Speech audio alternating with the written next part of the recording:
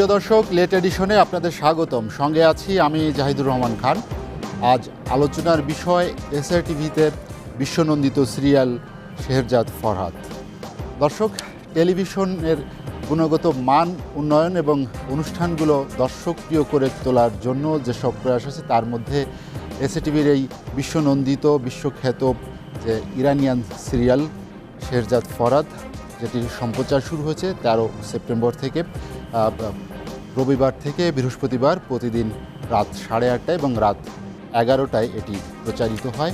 বিশ্বনন্দিত এই শেহরজাদ ফরহাদ এই টিভি সিরিয়ালকে নিয়ে আমরা আজ আলোচনা করব। পাশাপাশি থাকবে বাংলাদেশের চলচ্চিত্র, নাটক এবং টেলিভিশনের অনুষ্ঠানের গুণগত মান উন্নয়ন নিয়ে এবং বাংলাদেশের যুব সমাজের চরিত্র গঠন নিয়ে। এগুলো বিষয় নিয়ে আমার সঙ্গে আলোচনার জন্য ভার্চুয়ালি যোগ দিয়েছেন বিশিষ্ট অনুষ্ঠান নির্মাতা, বাংলাদেশ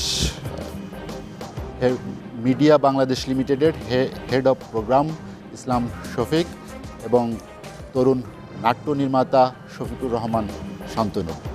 আপনাদের দুজনকেই আমাদের আলোচনায় স্বাগত জানাচ্ছি। আলোচনার শুরুতেই আমি ইসলাম শফিক আপনার কাছে যেতে চাই।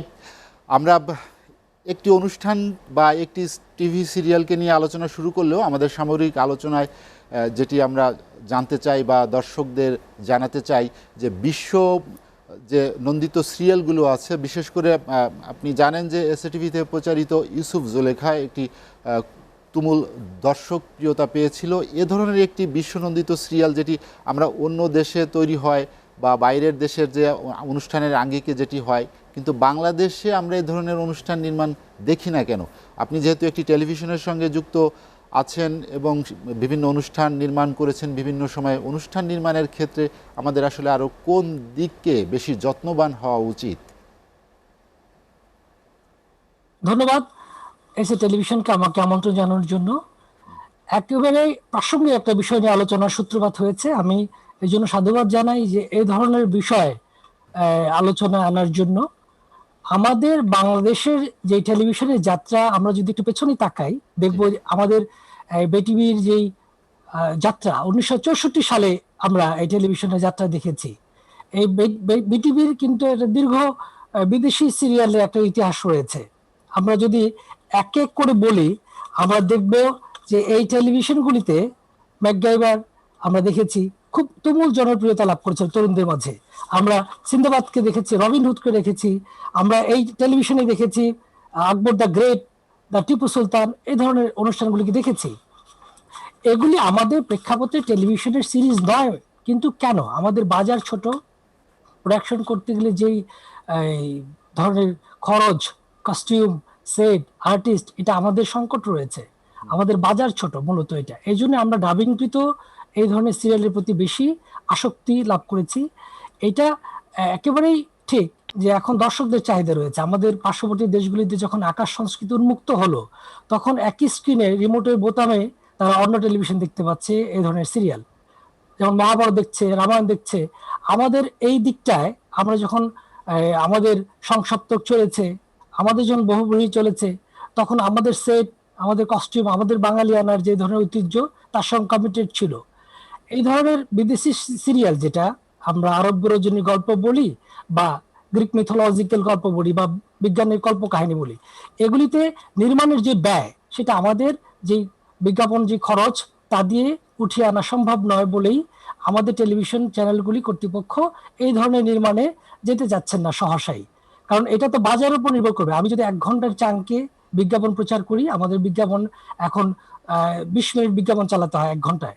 আমরা যতদিন পর্যন্ত আমাদের টেলিভিশনকে প্লে চ্যানেলে রূপান্তরিত না করতে পারবো, ততদিন শুধু বিজ্ঞাপন নির্ভর, বিজ্ঞাপন সর্বস্ব এই টেলিভিশন চ্যানেলে এই ধরনের বিদেশি সিরিয়াল আমাদের দেশে নির্মাণ করা খুবই কঠিন হয়ে যাবে। তাই আমাদেরকে ডাবিং এর উপর নির্ভর করতে হয়।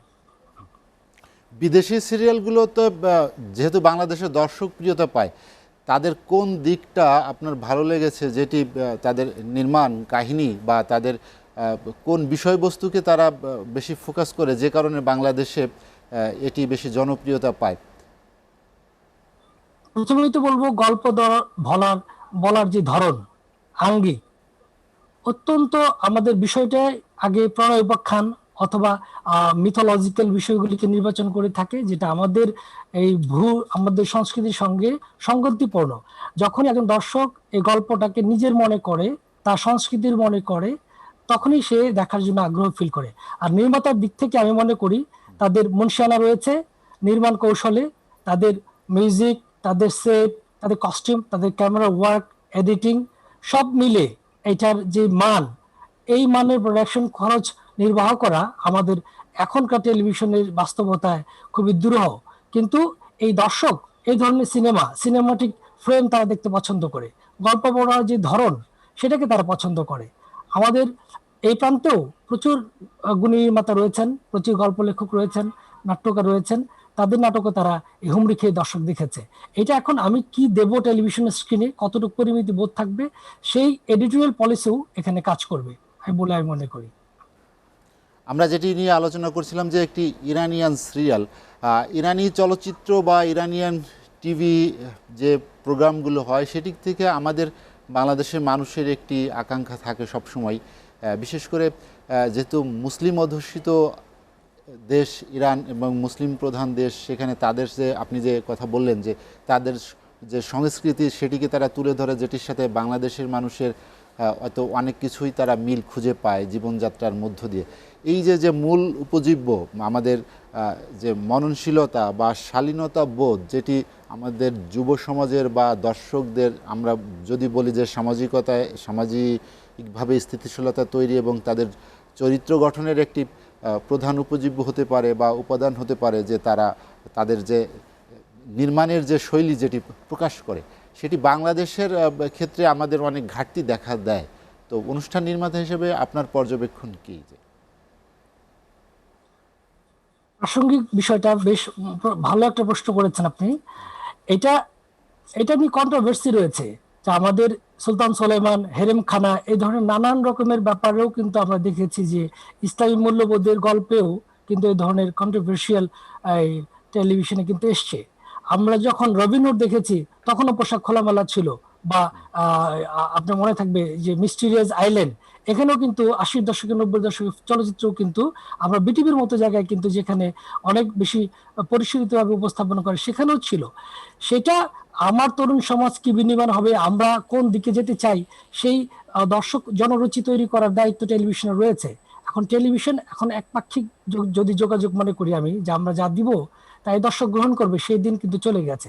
এখন OTT platform open, on demand platform open, এখন আমরা ইউটিউবে যা ইচ্ছা তাই দেখতে পারি।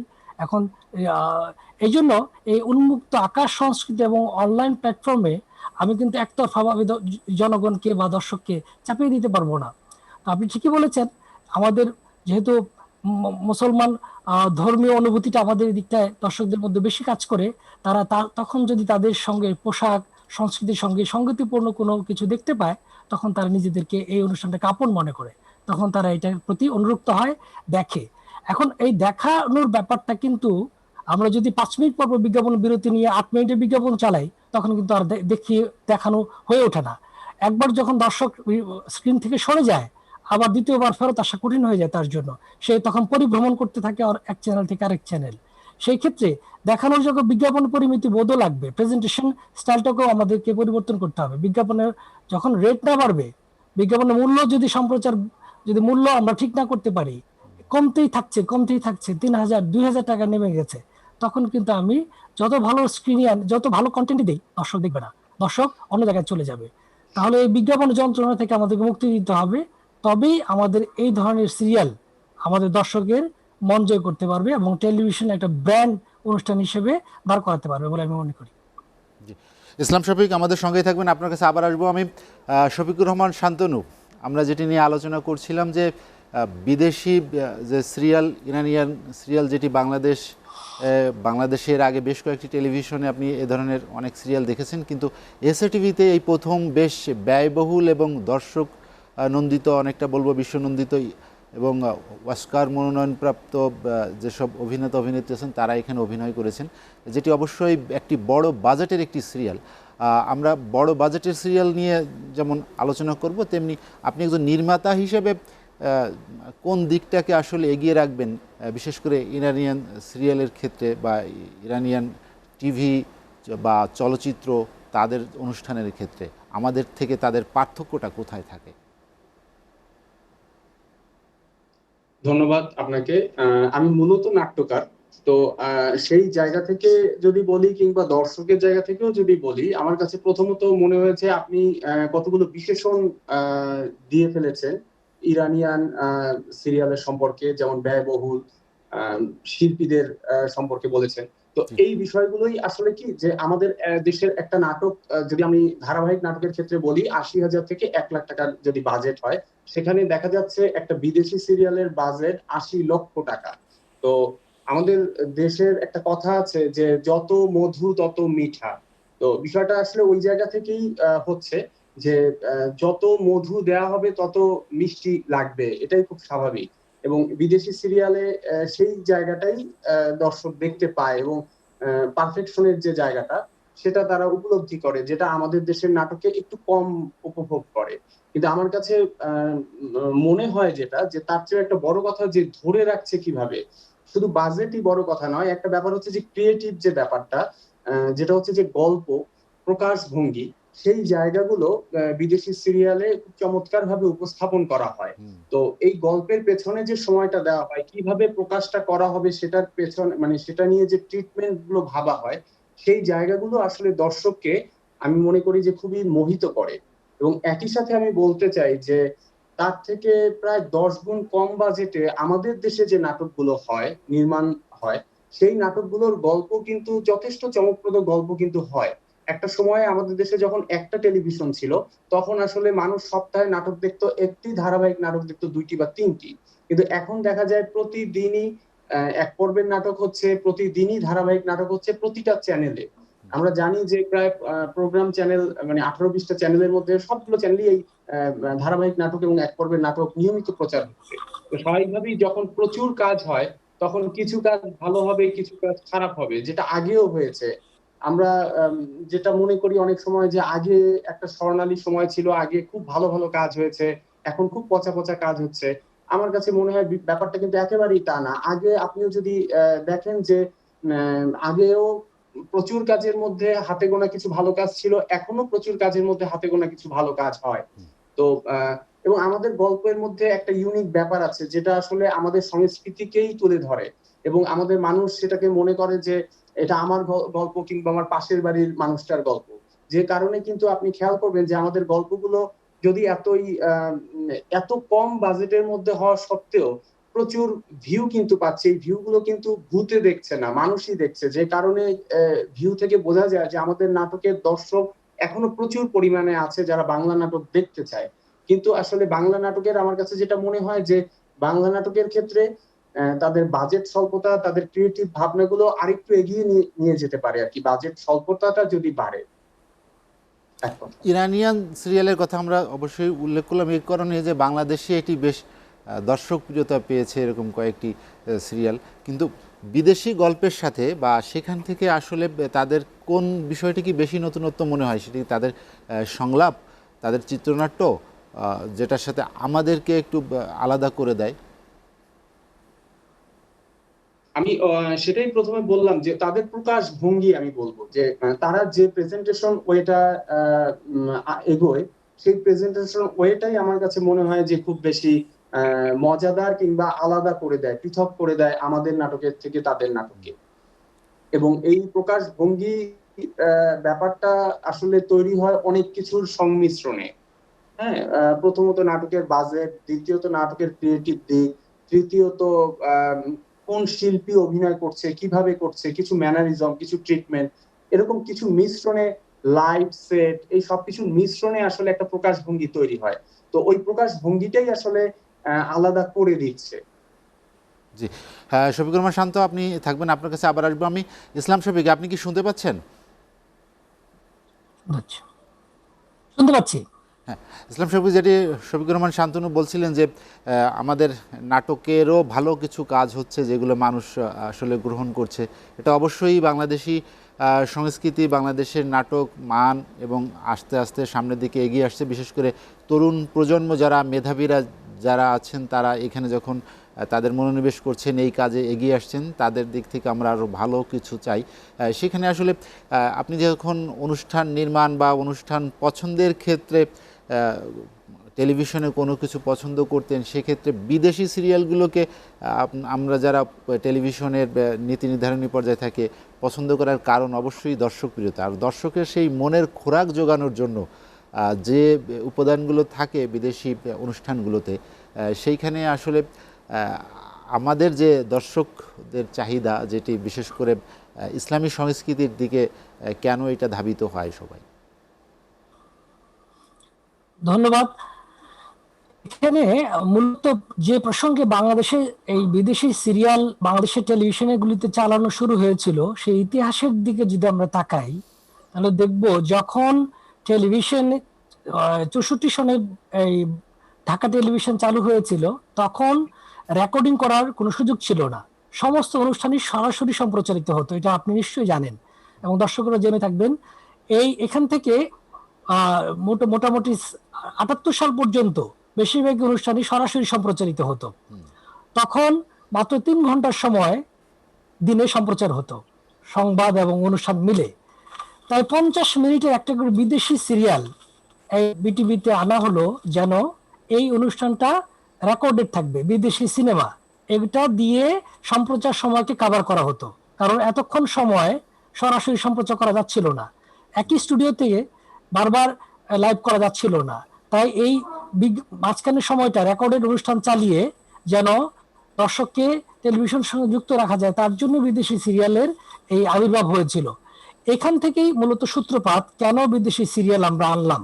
তখন এই আউটডোর শুটিং এর ক্যামেরা ছিল না, যেটা আমরা রেকর্ড করে এনে তাৎক্ষণিকভাবে সম্পাদন করব বা সম্পাদনা করে চালাবো। এই হচ্ছে ইতিহাস।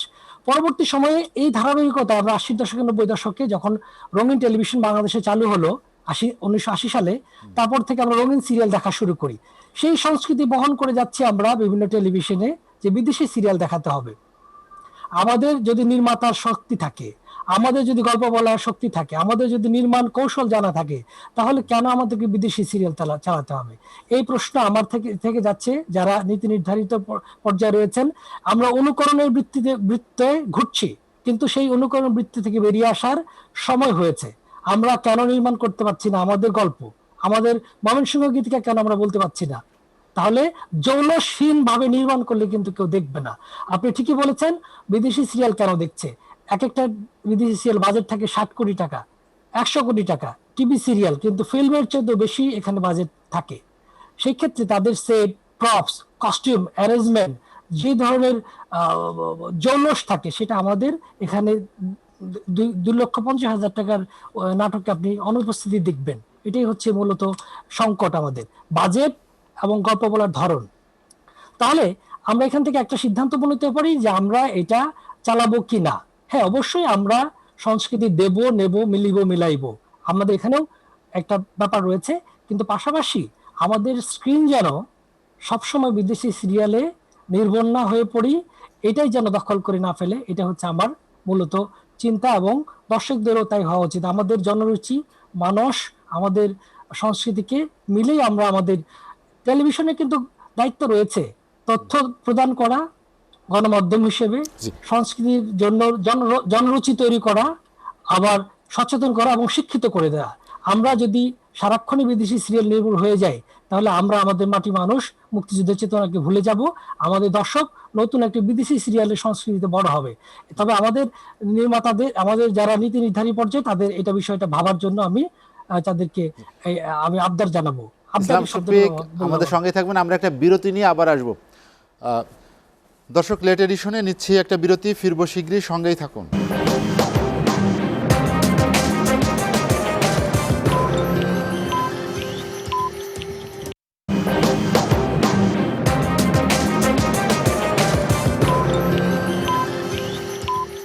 দেখছেন এসএটিভির রাতের আয়োজন লেট এডিশন। বিরতির পর আমরা আবারও ফিরছি আলোচনায়। দর্শক, আমরা যা আলোচনা করছি, এসএটিভিতে প্রচারিত হচ্ছে ইরানিয়ান নন্দিত, বিশ্বনন্দিত টিভি সিরিয়াল শেহরজাদ ফরহাদ নিয়ে আমাদের আজকের এই আয়োজনে এখন স্টুডিওতে যোগ দিয়েছেন বাংলাদেশ চলচ্চিত্র পরিচালক, প্রযোজক এবং অভিনেতা, বাংলাদেশ চলচ্চিত্রের প্রিয় মুখ ড্যানি সিডাক। বাংলাদেশ চলচ্চিত্রের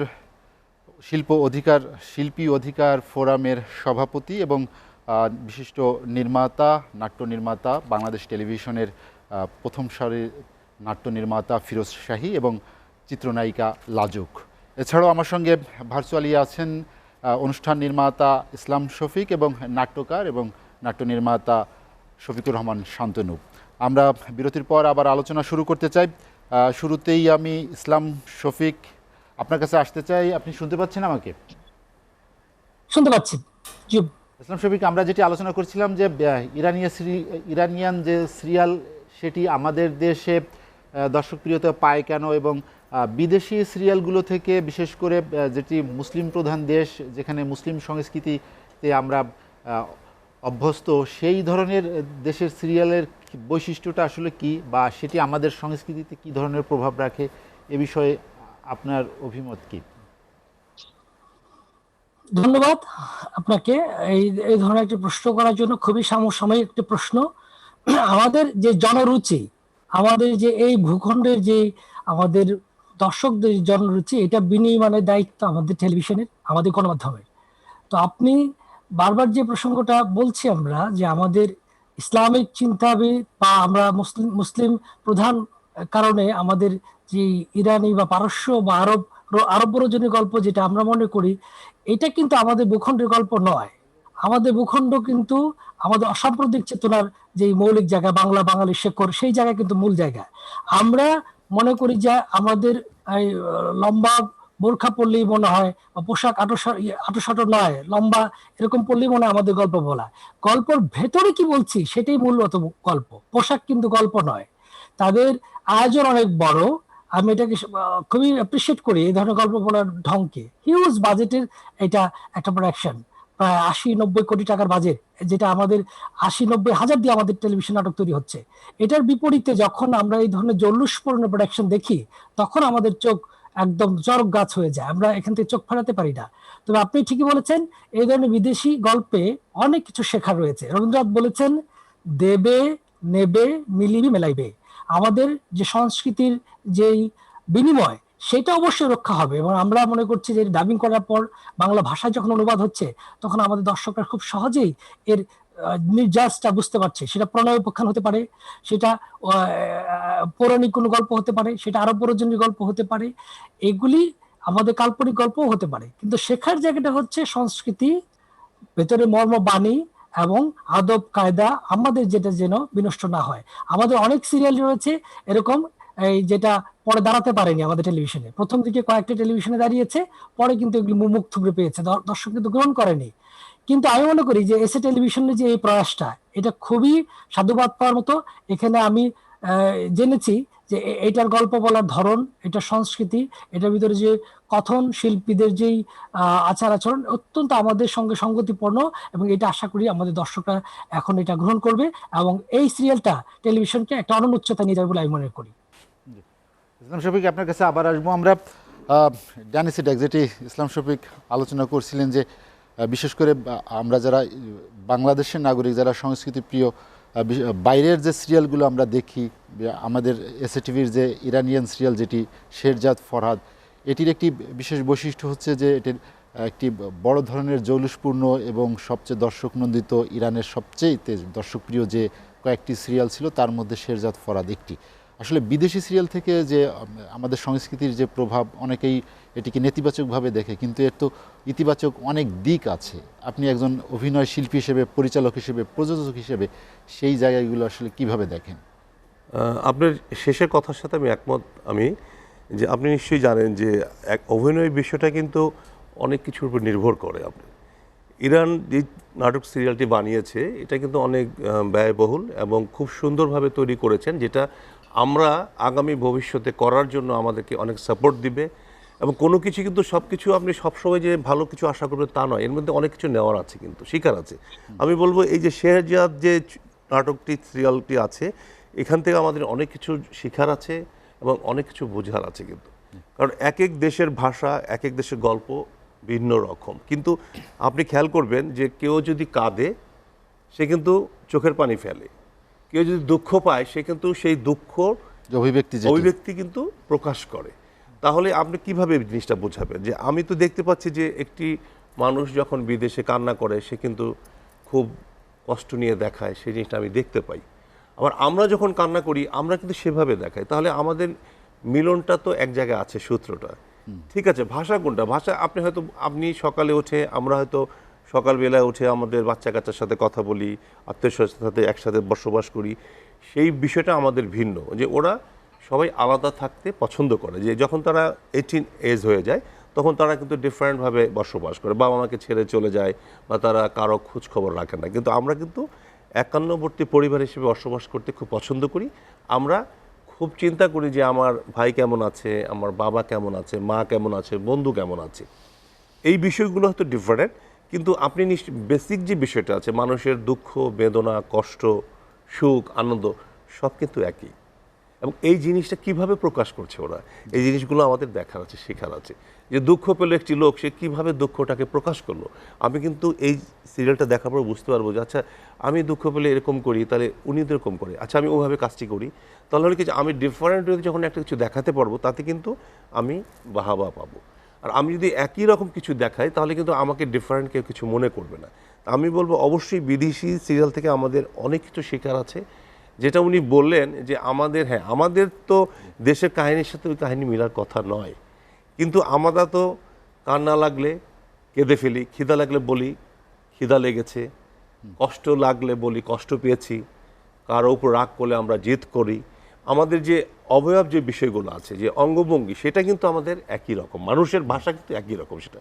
তো এখানে কিন্তু আপনি ওই শুধু পুকুরবদ্ধ যেটাকে বলা, যে পুকুরে মাছ হলে হবে না, তো সারা পৃথিবী এখন উন্মুক্ত, এখন আপনাকে সারা পৃথিবীর সব কিছু দেখতে হবে, সেইগুলো গ্রহণ করতে হবে, এবং সেইগুলো কারা প্রচার করছে, আপনার এসিটিভি করছে। আমি তো বলবো এসিটিভিকে বাহাবা দেওয়া উচিত। এখন আপনি কি কখনো পরিপূর্ণতা তো আমি পৃথিবীতে কেউ কাউকে দিতে পারে না। এখন আপনি যদি মনে করেন যে না ওদের গল্পের সাথে আমাদের গল্পের মিল নাই, সেটা তো বলতে চাচ্ছি না। আপনি দেখাচ্ছেন কি যে বাংলায় ডাব করে যে ওরা কি করছে, যে চরিত্রগুলো কীভাবে ফুটিয়ে তুলতেছে, যে তাহলে আমরা যদি এই চরিত্রটা আমাদের আদলে করি তাহলে আমি কি অভিনয় করব, আমার যে পাশে যে নায়িকা আছে ও কী অভিনয় করবে, ওই যে আরেকজন মানে চলচ্চিত্র নির্মাতা আছে, নাট্য নির্মাতা আছে, উনি কীভাবে জিনিসটা তৈরি করবেন, সেটা কিন্তু শিখার আছে, আমারও শিখার আছে। যে আমি বলবো যে এখানে যখন তারা এইভাবে হেঁটে আসছে, এইভাবে কথা বলেছে, আমি তো মনে করি যে এটা শিখার শেষ নেই। এবং এই জিনিসটা এনে এসিটিভি কিন্তু এটা খুব ভালো কাজ করেছে, যে বিখ্যাত একটা সিরিয়াল, যে ইরান কিন্তু একটা চলচ্চিত্র এবং এই নাটক বান্ধব, কালচারালি খুব রিচ এবং রিচ, তারা কিন্তু বহু আগে তাদের সভ্যতা এগুলো আছে, তাদের একটা সবচেয়ে বিগ বাজেটের জিনিস এনেছে। আমি তো বলবো যে এসিটিভি একটা খুব ভালো কাজ করেছে, যে আমরা 20 কোটি লোক, এর ভিতরে যদি আমরা 2 কোটি লোক দেখতে পাই, তার মধ্যে আমাদের এই চলচ্চিত্র মিডিয়াতে মিনিমাম আমি যেটা হিসাব করে দেখেছি 80 লক্ষ লোক এই এটার সাথে পেশায় জড়িত আছে। তার মানে কি যে এইখানে যারা কাজ করছে, কেউ নাটকে কাজ করছে, কেউ টেলিভিশনে কাজ করছে, কেউ ছোট ছোট টিভি সিরিজে কাজ করছে, কেউ ছবিতে কাজ করছে, শুধু শিল্পী অভিনেতাই কিন্তু কাজ করছে না, পাশাপাশি লোকগুলো কিন্তু কাজ করছে। তারা যখন এই বিষয়গুলো দেখবে তারা কিন্তু বলতে পারবে যে আমাকে বলো যে ড্যানি ভাই ইরানের ছবিতে দেখলাম নায়িকা তো এইভাবে এসে কাঁদলো, এটা একটু করেন না। তখন আমি কিন্তু মনে করবো ইয়াস, আমি তখন নায়িকা বললাম যোগ তুমি এভাবে এসে কাঁদো তো, মানে কাদার যে অভিব্যক্তিটা এটা তো একই রকম, দুঃখ বেদনা ভালোবাসা সব একই রকম না। তো সেই জন্য আমি বলবো যে এখানে অবশ্যই শিখার আছে এবং সুন্দর ভালো একটি কাজ ওনারা করেছে। আমি এটাও বলবো যে আমরা যে করতে পারবো তা নয়, আমরা বরং এটা দেখে আমরা ভালো কিছু তৈরি করতে পারবো। ড্যানি সিটাক, আপনার কাছে আবার আসবো আমি। ফিরোজ শাহী, আপনি তো চলচ্চিত্র নির্মাতা এবং নাটকের যে নির্মাণের যে শৈলী, সেটি আমরা আসলে বিদেশি যে সিরিয়াল বা বিশেষ করে ইরানিয়ান সংস্কৃতি, ইসলামী সংস্কৃতি থেকে আমরা কিভাবে ইতিবাচক দিকে, মানে আপনাকে কোন বিষয়টি আকর্ষিত করে? প্রথম আমাদের দেশে যখন এই টাইপের সিরিয়াল শুরু হয়েছিল সেটা ছিল আলিফ লায়লা।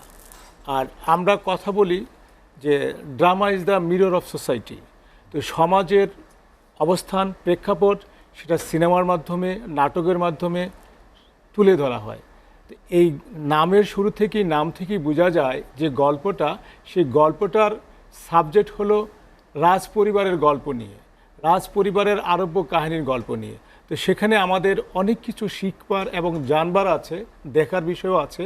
সে বিষয়টি হলো এই টাইপের সিরিয়াল থেকে আমরা যদি কখনো কিছু করি তো তাদের সামাজিক প্রেক্ষাপট, তাদের ড্রেস আপ, আচার আচরণ, কথা বলার ভাব ভঙ্গিমা কি সেটা আমরা জানতে পারছি।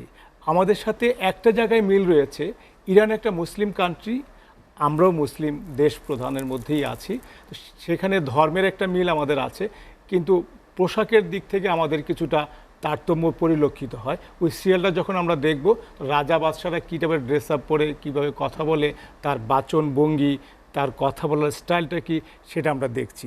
তবে আসল মূল বিষয়টা হলো, এ ধরনের একটা ব্যয়বহুল সিরিয়াল অ্যাসে টেলিভিশন প্রচার করতে যাচ্ছে বা প্রচারিত হচ্ছে, এটা আমাদের জন্য একটা বড় রকমের পাওয়া, এবং এটা থেকে আমাদের অনেক কিছু শিখবার আছে। আমি এজ এ নির্মাতা হিসাবে, অভিনেতা হিসাবে যখন এই সিরিয়ালটি আমি আমার ড্রয়িং রুমে বসে দেখছি, তখন আমি জানতে পারলাম ইরানের কালচার, তাদের কৃষ্টি, তাদের dress up, get up, set up, কথা বলা, তাদের খাবার স্টাইল, সেটা আমাদের দেখার এবং জানার বিষয় থেকে অনেক কিছু শিখবার আছে। আমরা একটু শেহরজাদ ফরাদের যে একটি অংশবিশেষ দেখে নিব। এই সিরাজনগরের রাস্তায় শুধু তুমি আর আমি। তুমি এই দিনগুলোতে আমার সবচাইতে ভালো একটি নিদর্শন। এক হাতে আমার শরাবের পেয়ালা, অন্য হাতে প্রিয়তমার দীঘল কালো বেনি। খুব পাখা গজিয়েছে তাই না? তুমি বসে আছো কেন? স্যুপ খেয়ে নাও। এখনই সময় কোনো একজনকে বেছে নেয়ার।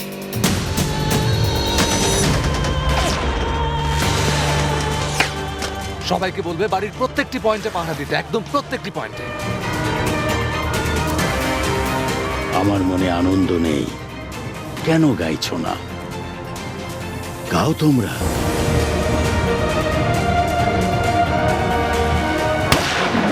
ভিট নিবেদিত বিশ্বনন্দিত ধারাবাহিক শেহরজাদ ফরহাদ, powered by minister smart TV.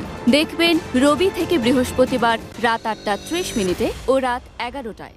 হ্যাঁ, ধন্যবাদ। আমরা দেখলাম যে শেহরজাদ ফরাদের একটি প্রোমো, যেটি ট্রেলার আমরা দেখে থাকি সাধারণত। হ্যাঁ, লাজুক, আপনি তো যেহেতু অভিনয় করেন, বিশেষ করে বাইরের কোন বিষয়গুলোকে আপনাকে বেশি আকর্ষিত করে বা চেষ্টা করেন যেটা জানার বা শেখার? বাহিরের যে বিষয়টা আমাকে আকর্ষণ করে সেটা হচ্ছে ওদের চাল চলন, কথার ধরন, ওদের ডেলিভারি দেওয়া ডায়লগগুলো, এসব কিন্তু আমাকে খুব বেশি আকর্ষণ করে। ওদের তাকানো, ওদের হাঁটা চলা ভীষণ আকর্ষণ করার মতো একটা বিষয়, যেখান থেকে আমরা অনেক কিছু শিখতে পারি।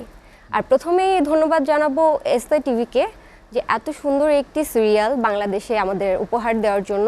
আমরা 20 কোটি মানুষ যেখানে অবস্থান করছি, সেখানে এত সুন্দর একটা সিরিয়াল যদি আমরা না পেতাম, বাহিরে বিশেষ করে ইরানের মতো একটা দেশে কিভাবে কি করা হচ্ছে, ওদের ইন্ডাস্ট্রিতে কেমন করে প্রেজেন্ট করছে ওরা, বা পুরো বিশ্বে কীভাবে তুলে ধরতে চাচ্ছে, সেটা কিন্তু আমাদের মাঝে আমরা বুঝতে পারতাম না যদি বাংলাদেশে এটা না আসতো।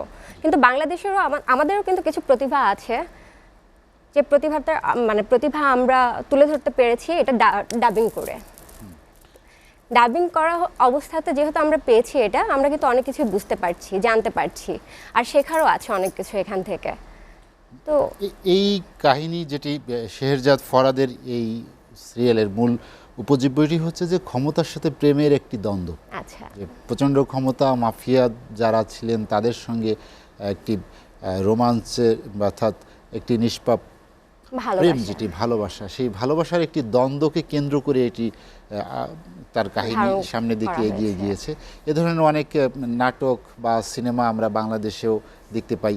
বিশেষ করে বাংলাদেশের চলচ্চিত্রে যে ধরনের কাহিনী আমরা দেখি, তার সাথে এই যে সামঞ্জস্যতা, আরেকটু যদি বলি আমরা, যে সিনেমাতেই আমরা শুধু এ ধরনের সংঘাতপূর্ণ বা দ্বন্দ্ব, একজন আরেকজনের প্রতি যে যতটা মানুষকে উত্তেজিত বা যতটা মানুষকে আকর্ষণ করা যায় সেটি সিনেমাতেই থাকে, কিন্তু টিভির যে ক্ষেত্রে সেখানে এসে এটির একটি কমতি থাকে। বিশেষ করে আমরা টেলিফিল্ম বলি, নাটক বলি, সেখানে ধারাটা একটু আলাদা। সেইখান থেকে শেহরজাদ ফরাদ আমাদেরকে, দর্শকদেরকে আরও অনেক বেশি আনন্দ দিতে পারবে, আমরা এই প্রত্যাশাই করি। লাজুক, যেটি আরও জানতে চাই যে অভিনয়ের ক্ষেত্রে, বিশেষ করে অভিনয়, যেটি ড্যানি সিডাক বলেছেন যে একটি ইমোশন বা একটি আবেগ যখন কাজ করে, এবং সেটি কিন্তু জাতি, ধর্ম, বর্ণ নির্বিশেষে সবার মধ্যেই কিন্তু সেই অনুভূতিটা প্রকাশ পায়।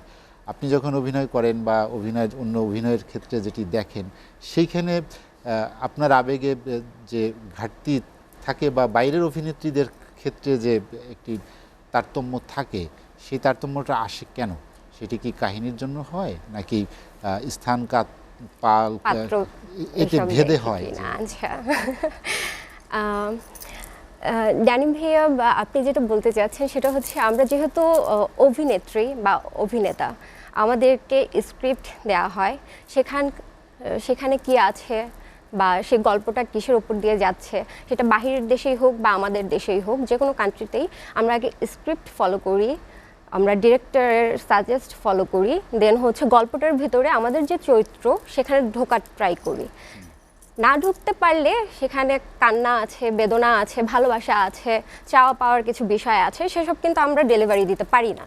তো সেক্ষেত্রে বাহিরে এটা তো ভীষণ ভালোভাবে দেয় ওরা, কারণ ওরা এটা নিয়ে ভীষণ স্টাডি করে, আমার যেটা মনে হয়। স্টাডির কারণে ওরা এই জিনিসটা খুব ভালো করে ডেলিভারি দিতে পারছে, যেটা নাকি আমরা অনেকেই দিতে যেয়ে ধরা খাচ্ছি, দিতে পারছি না ওইভাবে। তো এসব সিরিয়াল থেকে আমরা এই জিনিসটাও শিখতে পারি যে কিভাবে আমরা ডেলিভারি দিব, কিভাবে আমরা স্ক্রিপ্টটাতে আরও বেশি করে ঢুকতে পারবো, আমাদের ভিতরে যে প্রতিভাটা আছে সেটাকে আমরা কিভাবে প্রকাশ করব। সেসব জিনিস আমার মনে হয় আমরা বাহিরের যে সিরিয়ালগুলো আছে, যেমন আমাদের এসএ টিভিতে যেটা দেখাচ্ছে শেহেরজাদ ফরহাদ, সেখান থেকে আমরা অনেক কিছু শিখতে পারি, জানতে পারি। আর এটা থেকে দেখে আমরা আমাদেরকে নতুনভাবে কি বলে আঙ্গিকে, হ্যাঁ নতুন আঙ্গিকে উপস্থাপন করতে পারি নিজেদের বা নিজেকে। লাজুক, আমরা একটা বিরতি নিয়ে আসবো। দর্শক, লেট এডিশনে নিচ্ছি আর একটা বিরতি, ফিরবো শীঘ্রই, সঙ্গেই থাকুন।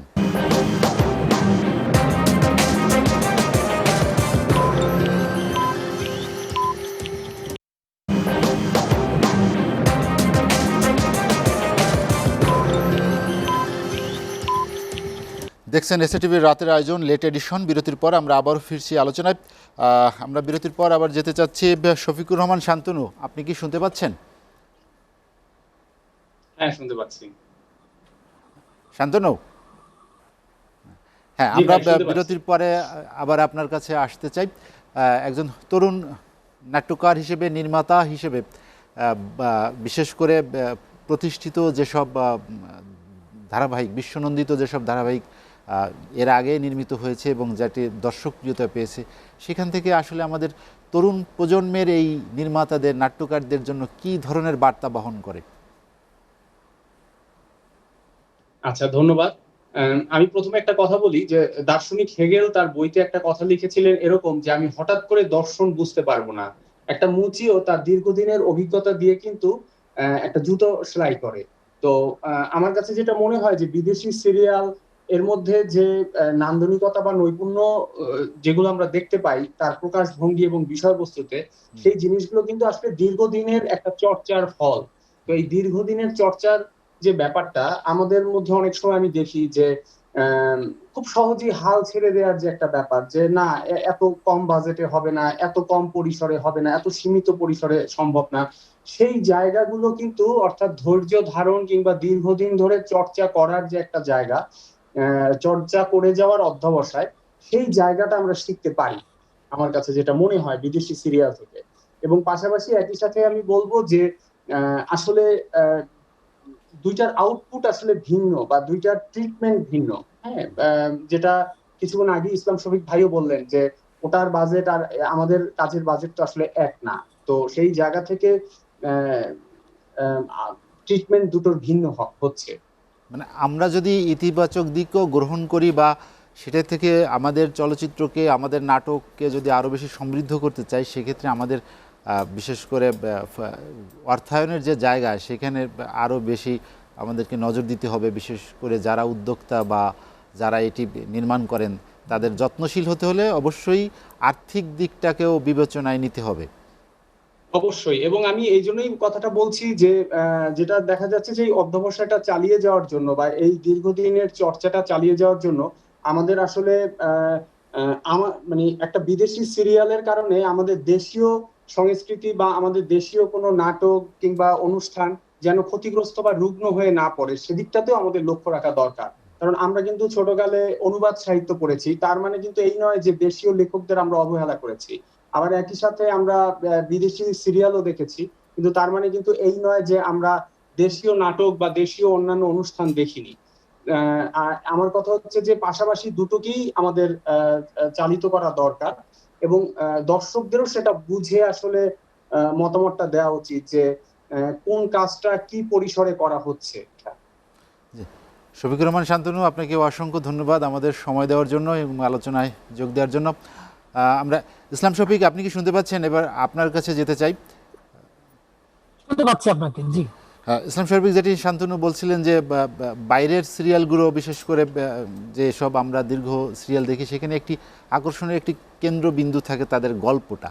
আসলে গল্প এবং নির্মাণ শৈলী দুইটিকে যে নান্দনিকভাবে উপস্থাপনের ক্ষেত্রে আসলে বাংলাদেশ বা বিশ্বের অন্য যে কোনো দেশের তুলনায় আমরা কেন আরও বেশি আকর্ষিত হই, যেটি আরব্য রজনীর কাহিনীর কথা আপনি বলেছেন, আপনি এর আগে রবিনহুডের কথা বলেছেন, যেগুলো আমরা বিটিভিতে এর আগে সম্প্রচারিত হয়েছে।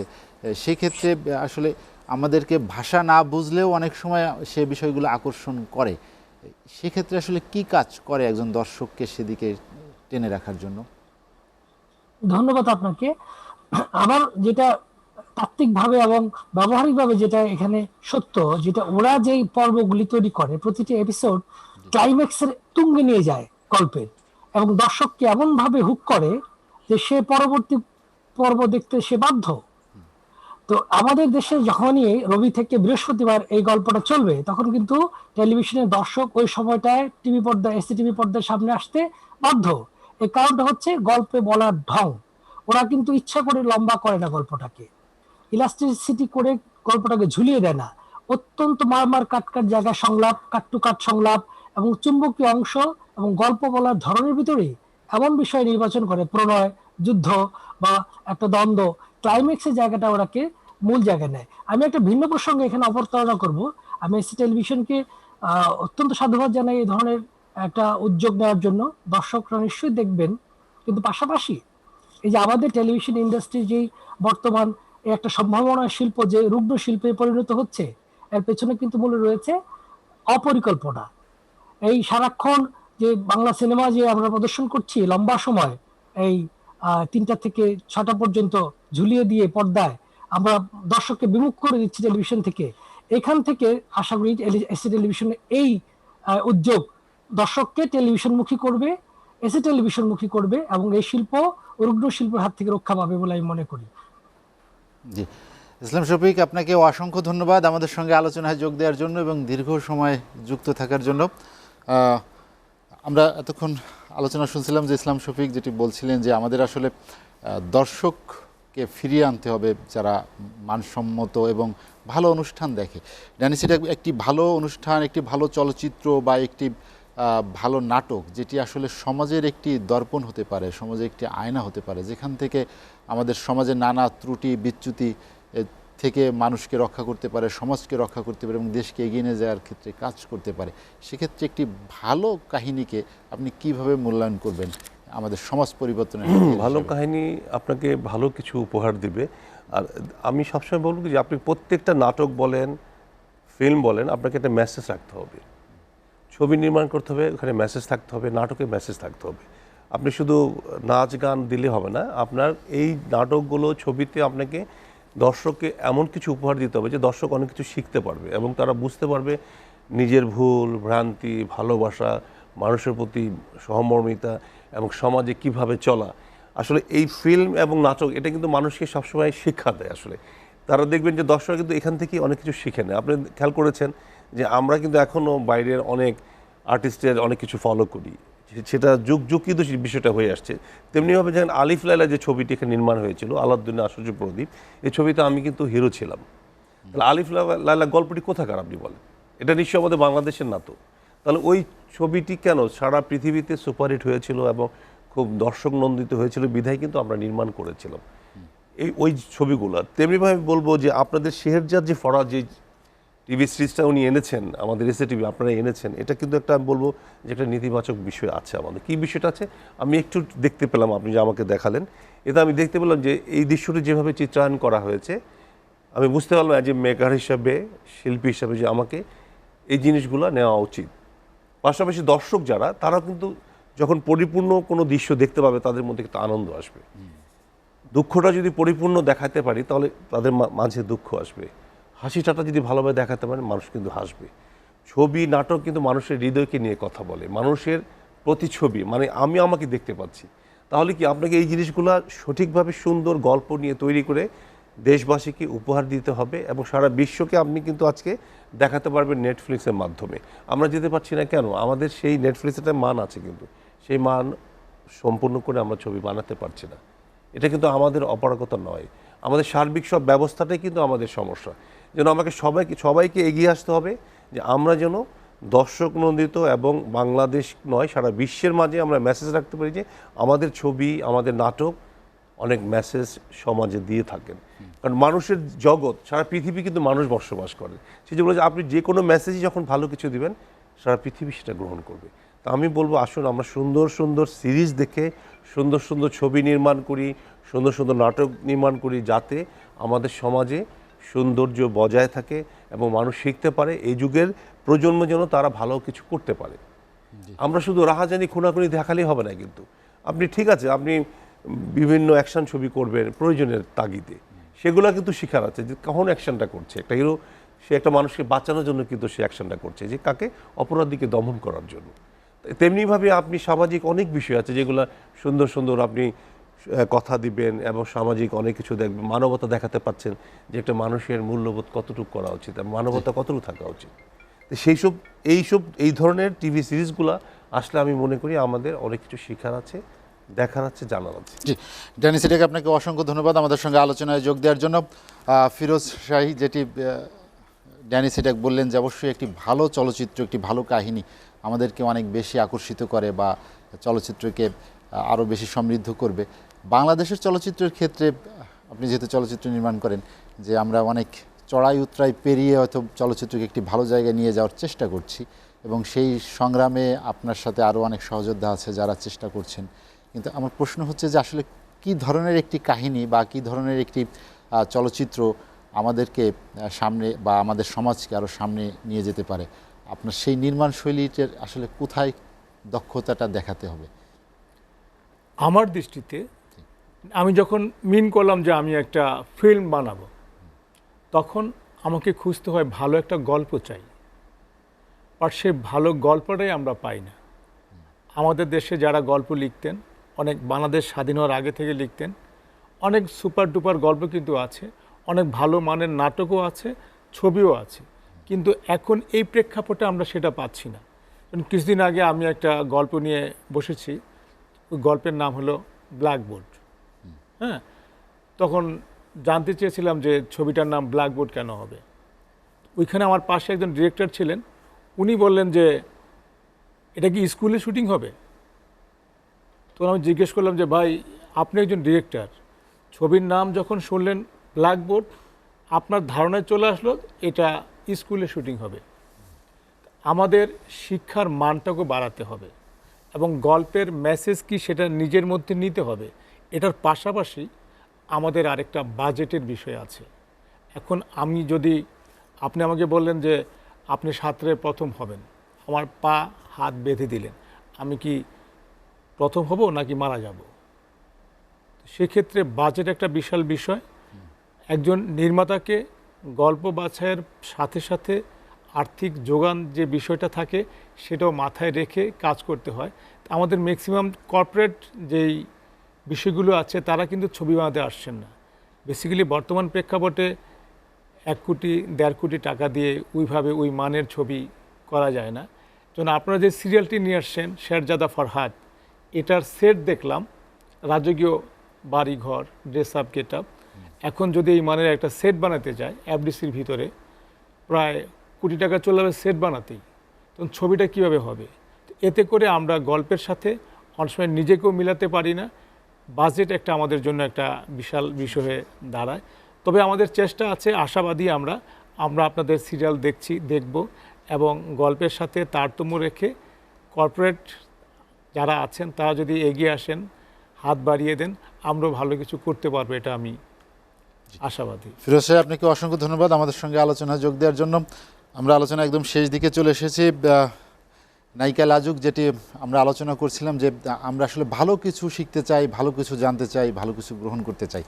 অভিনয়ের সময় বা দীর্ঘ সময় যে চলচ্চিত্রে আপনার পথ চলা, সেখানে থেকে যদি ভালো কিছু দর্শকদের উপহার দিতে হয়, সেক্ষেত্রে আমাদের এই আমরা যেটি বললাম যে আলোচনায় যে শেরজাদ ফরহাদ যে টিভি সিরিয়াল, সেখানে আমরা যেটি প্রমোতে দেখলাম এবং টিভিতে দর্শকরা দেখতে পাবে যে রাজকীয় সেট বলি বা যেসব ব্যয় করা হয়েছে এটার জন্য, এটার পিছনে যেসব কাহিনী আছে সেইটাকে তুলে ধরার জন্য যে শুটিংয়ের যে প্রস্তুতি ছিল, সেটি আপনাকে আসলে কতটা আশাবাদী করে বাংলাদেশের চলচ্চিত্রকে নিয়ে? এখানে আশাবাদী বলতে আমাদের কিন্তু এখন ভালো ভালো কাজ হচ্ছে, বাজেট দিয়েই কাজ করা হচ্ছে। অনেক কাজ আমরা দেখতে পাই মানে বাজেটের একটু বাইরে যেয়ে করছে আর কি, ভালো করার ট্রাই করছে। তো সেই ক্ষেত্রে বলবো যে এখন আমাদের মিডিয়াতে যে অবস্থা, সেখানে ভালো বাজেটের ছবি অনেকেই করতে চাচ্ছে, অনেকেই করতে চাচ্ছে না। তো আমরা যদি ভালো কিছু করতে চাই, বাহিরকে ফলো করে ভালো কিছু করতে চাই, ভালো কিছু প্রেজেন্ট করতে চাই, সবার মানে সামনে তুলে ধরতে চাই, সেহেতু অবশ্যই বাজেটটা আমাদের অনেক বড় একটা দিতে হবে, প্রাধান্য দিতে হবে বাজেটকে। লাজুক, আপনাকে অসংখ্য ধন্যবাদ। আমাদের হাতে সময় কম থাকাতে আমরা আসলে আলোচনা শেষ করতে চাচ্ছি। চিত্রনায়ক, পরিচালক, প্রযোজক ড্যানি সিডাক, আমার সঙ্গে যে ফিরোজ শাহী, চলচ্চিত্র নির্মাতা এবং নাট্য নির্মাতা, আপনাকে অসংখ্য ধন্যবাদ। এবং আমার সাথে ভার্চুয়ালি যারা যোগ দিয়েছিলেন, ইসলাম শফিক অনুষ্ঠান নির্মাতা এবং মিডিয়া বাংলাদেশ লিমিটেডের হেড অফ প্রোগ্রাম এবং তরুণ নাট্যকার নির্মাতা শফিকুর রহমান শান্তনু, আপনাদেরকেও অসংখ্য ধন্যবাদ আমার সঙ্গে আলোচনায় যোগ দেওয়ার জন্য। দর্শক, আমরা ইরানের বিখ্যাত টিভি সিরিয়াল শেরজাদ ফরহাদ নিয়ে আলোচনা করছিলাম। এসএ টিভিতে প্রতি সপ্তাহে রবিবার থেকে বৃহস্পতিবার রাত 8:30 এবং রাত 11টায় এটি প্রচারিত হয়। একটি প্রেম, সংঘাত এবং ক্ষমতার দ্বন্দ্ব নিয়ে, বিশেষ করে একটি যে সব উপকরণ থাকা উচিত বাংলা দেশের চলচ্চিত্রে, যে ধরনের একটি কাহিনীকে আকর্ষিত করে, ঠিক তেমনি একটি কাহিনী শেরজাদ ফরহাদ, যেটি এসএ টিভিতে প্রচারিত হচ্ছে। প্রায় 220 পর্বের এই সিরিয়ালটি দেখতে চোখ রাখুন এসএ টিভিতে। দর্শক, জানিয়ে রাখি, লেট এডিশন পুনঃপ্রচার হয় সকাল 8টায়। আজ এ পর্যন্তই। ভালো থাকুন, সুস্থ থাকুন, এসএ টিভির সঙ্গেই থাকুন।